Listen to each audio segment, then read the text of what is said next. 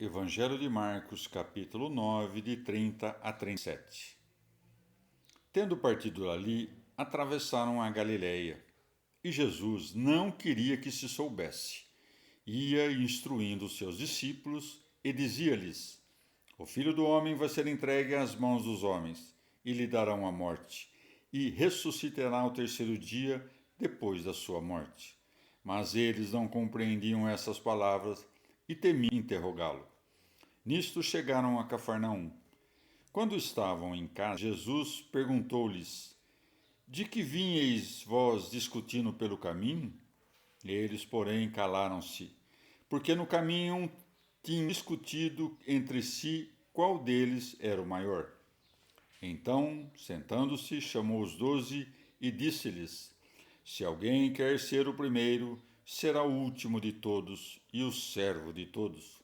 Em seguida, tomando o menino, pô-lo no meio deles, e depois de o abraçar, disse-lhes: Todo o que receber um desses meninos em meu nome, a mim recebe. E todo o que me receber a mim, não me recebe a mim, mas aquele que me enviou. Palavra da salvação. Comentário Marcos 9, de 30 a 37. São Beda.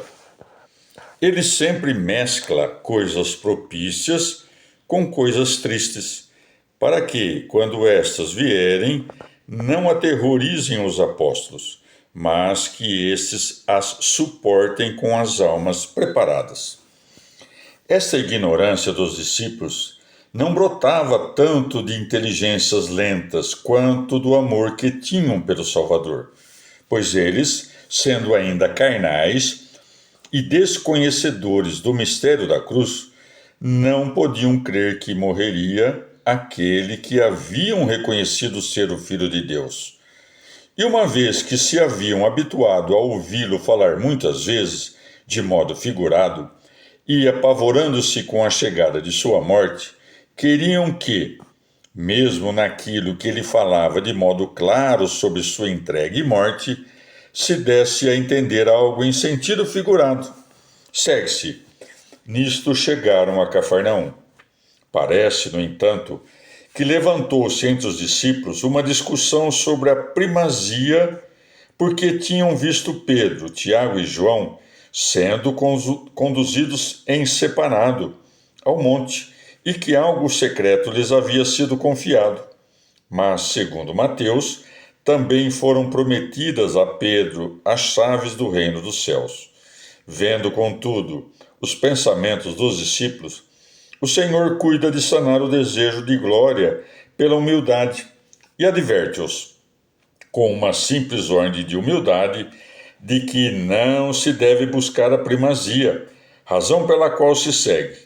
Então, sentando-se, chamou os 12 e disse-lhes: Se alguém quer ser o primeiro, será o último de todos e o servo de todos.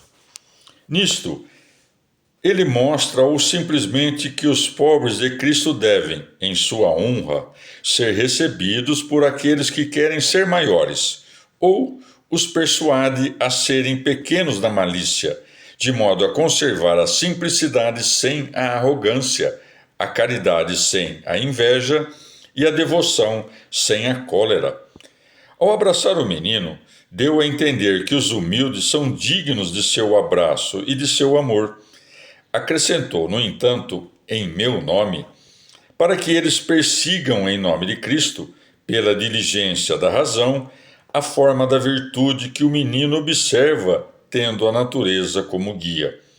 Mas, uma vez que ensinava que ele mesmo era recebido nos pequenos, para que não se pensasse que era apenas o que parecia ser, acrescentou: E todo o que me receber a mim, não me recebe a mim, mas aquele que me enviou, ensinando-nos com isto que quer que creiamos ser ele tão grande quanto o Pai e de sua mesma natureza.